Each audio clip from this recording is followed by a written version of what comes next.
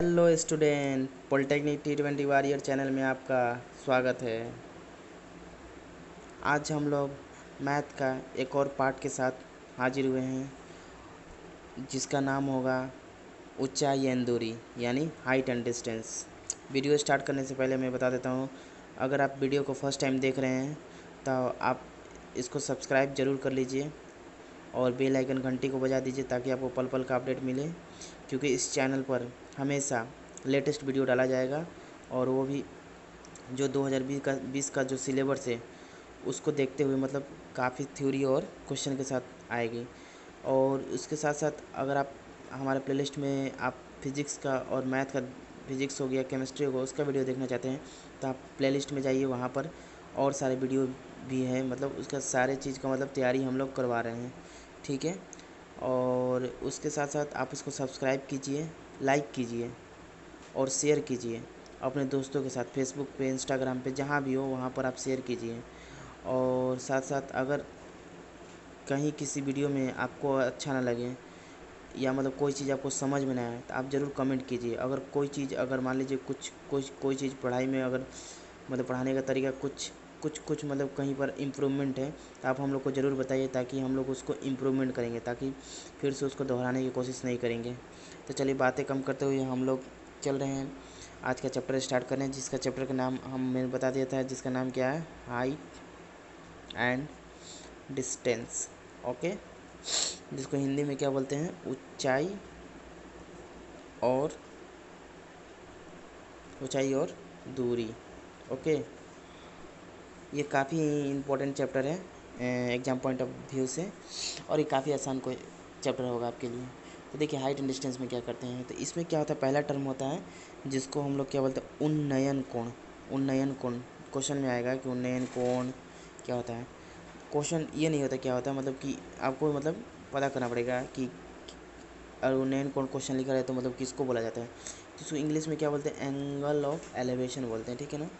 जैसे कि मान लीजिए कोई पहाड़ है, ठीक है, इस पहाड़ के ऊपर कुछ रखा हुआ है, तो आप यहाँ पर खड़े हैं आँख लगाकर, तो आप इसको देख रहे हैं, तो क्या हुआ, आप तिरछा मतलब इसको देखेंगे कुछ, तो इससे जो एंगल बनता है, जो आप देख रहे हैं इसको, तो नीचे से जो कोण बना, मतलब ये क्षैतिज रेखा जो हुआ उससे जो कोण बना, तो उसको हम लोग क्या बोलते हैं, उन्नयन कोण बनता है, ठीक है। दूसरा जो होता है उसको क्या बोलते हैं, अवनमन कोण। अवनमन कोण बोलते हैं, ठीक है, अवनमन कोण। तो ये क्या होता है, इसको इंग्लिश में क्या बोलते हैं, angle of depression. Okay, angle of depression. इसमें क्या होता है कि कोई लोग मान लीजिए पहाड़ पे खड़ा हुआ है, ठीक है, और वो नीचे अपने दोस्त को देख रहा है, तो उस केस में जो ये इस तरह देखेगा, तो ये जो एंगल बना है तो इसको बोलते हैं क्या, अवनमन कोण। तो ये थीटा है, तो ये थीटा हो जाएगा। इसको क्या बोलते हैं, वर्टिकली अपोजिट एंगल से अगर दो लाइन समानांतर हो, तो ये वर्टिकल अपोजिट है ना, एक दूसरे का अपोजिट है, तो इसलिए वर्टिकली अपोजिट एंगल से ये थीटा भी हो जाएगा, ठीक है। तो ये जो थीटा बनता है इसको हम लोग क्या बोलते हैं, अवनमन कोण बोलते हैं, ठीक है। अच्छा, तो ये तो हुआ मतलब दो कोण, यही दो कोण पर पूरा चैप्टर आपका समाप्त हो जाएगा। चलिए, उसके बाद आपको तो पता होगा कि इसमें आपको साइन थीटा, कोस थीटा और टेन थीटा, ये सब का वैल्यू आपको याद करना पड़ेगा, जैसे 0 degree, 30 degree, 45 degree, 60 degree, 90 degree. अगर आपको इस वैल्यू में दिक्कत है तो आप हमारे ट्रिग्नोमेट्री के वीडियो में देख सकते हैं, वहाँ पर ये वैल्यू बताया गया है, ठीक है। चलिए, अब हम लोग कुछ क्वेश्चन लेते हैं और आपको बताते हैं कि मतलब कैसे सॉल्व करते हैं इसको। जैसे कि मान मान लीजिए एक क्वेश्चन दिया हुआ है, 120 मीटर चौड़ी एक सड़क है, ठीक है, कि दोनों किनारों पर दो बराबर ऊंचाई के खंभे आमने सामने स्थित हैं। मान लीजिए कि एक 120 मीटर की एक सड़क है, ठीक है, इसके सामने एक यहाँ खंभा खड़ा है, एक यहाँ खंभा खड़ा है, आमने सामने एक खंभा खड़े हैं, ठीक है।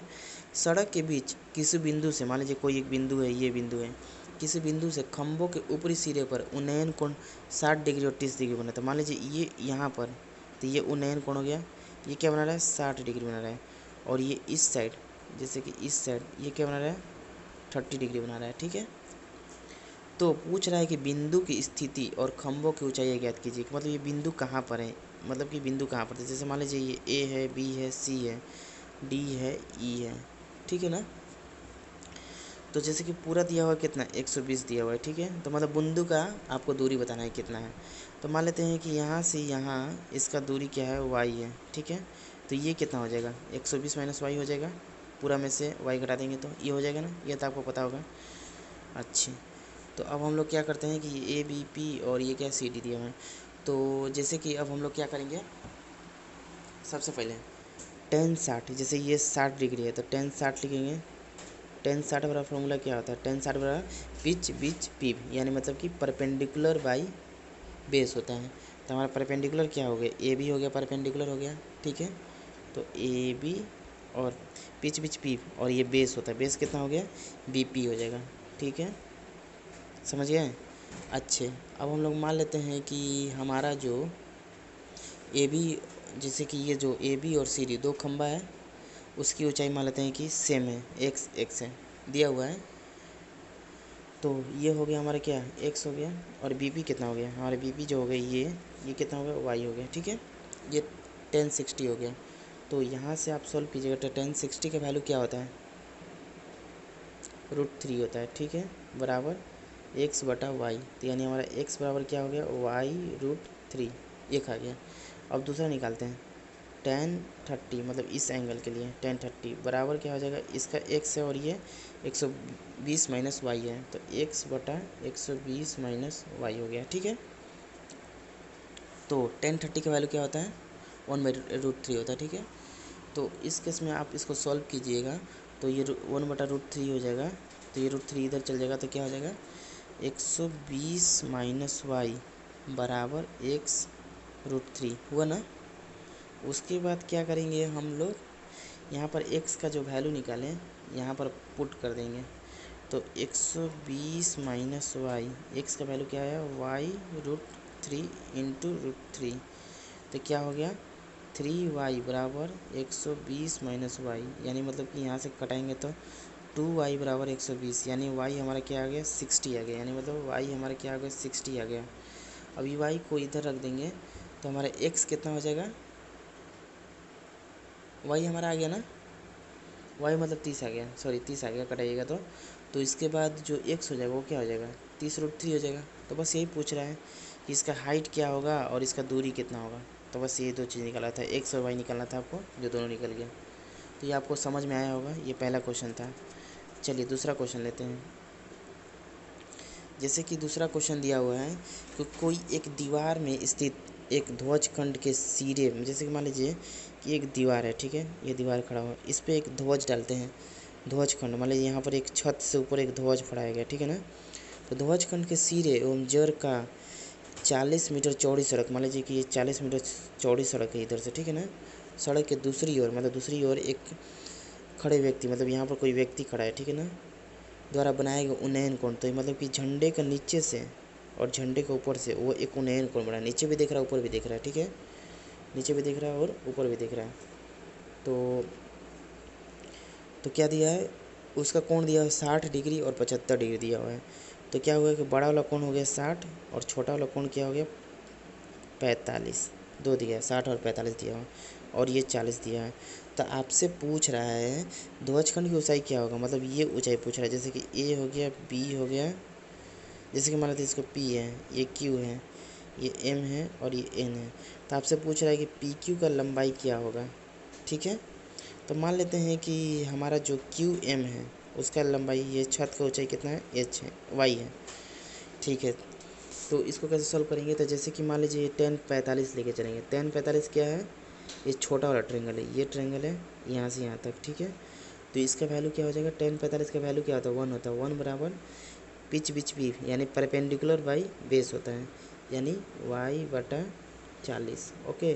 तो y के वैल्यू हमारा क्या आ गया, 40 आ गया ना। अब उसको 1060 यानी बड़ा वाला ट्रायंगल लेंगे, तो 1060 बराबर वही होता है p/b होता है। तो p हमारा क्या है, ये है पूरा बड़ा वाला, तो इसको y माने हैं, ठीक है, इसको y माने हैं और इसको मान लेते हैं हमारा x है, ठीक है।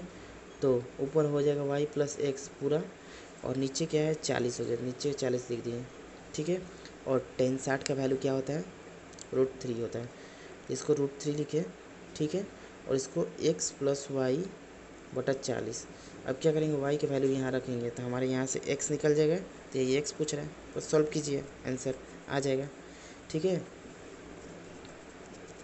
अब चलते हैं एक और लास्ट क्वेश्चन देख लेते हैं जो अवनमन कोण पर है। ठीक है, जैसे कि दिया हुआ है कि 200 मीटर ऊंची एक शिखर है, तो मान लीजिए 200 मीटर एक ऊंची शिखर है। ठीक है, से प्रेषक के दक्षिण में स्थित दो नावों के आगमन, मतलब दोनों मतलब दोनों डायरेक्शन में दो नावों को क्या हो रहा है, आगमन हो रहा है। तो दोनों नावों के बीच की दूरी ज्ञात करना है।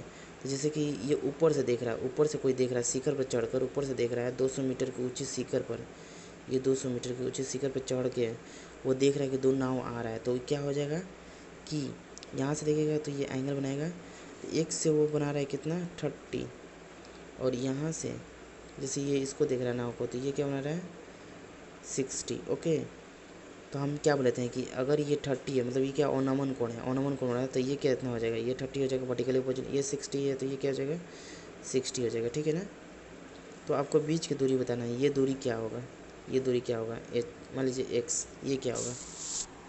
तो सेम है उसी तरह बनाएंगे कि 10 30 ले लेंगे, 10 30 बराबर क्या हो जाएगा p/b, तो 200 बटा, इसको मान लेते हैं b, इसको मान लेते हैं p, इसको मान लेते हैं b, इसको मान लेते हैं q, तो क्या होगा 200 बटा bp हो जाएगा ना 10 30 बराबर, 10 30 बराबर। उसी तरह दूसरा का इक्वेशन क्या लिखेंगे, 10 60 बराबर क्या हो जाएगा ए 10, मतलब कि ये मतलब 200 बटा BQ, ये हो गया ना।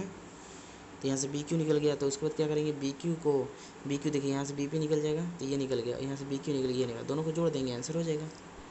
बस आपको थीटा का मान याद रखना है, उसके बाद सारे क्वेश्चन मतलब तुरंत सॉल्व हो जाएगा। तो मैं इस वीडियो को यहीं तक रखता हूँ, मैंने 3 4 क्वेश्चन बता दिया हूँ, और आप आगे ट्राई कीजिएगा, क्योंकि मैं सारे थ्योरी इसमें जो रिलेटेड है उस बता दिया हूँ, और 2 3 क्वेश्चन बता दिए इस पे आधारित अवनमन कोण और उन्नयन कोण पर। अगर आपको कहीं भी प्रॉब्लम हो तो आप ज़रूर मतलब कमेंट सेक्शन में कमेंट कीजिएगा क्वेश्चन के साथ, और उसका आपको मतलब सलूशन दिया जाएगा। चलिए तब तक के लिए बाय।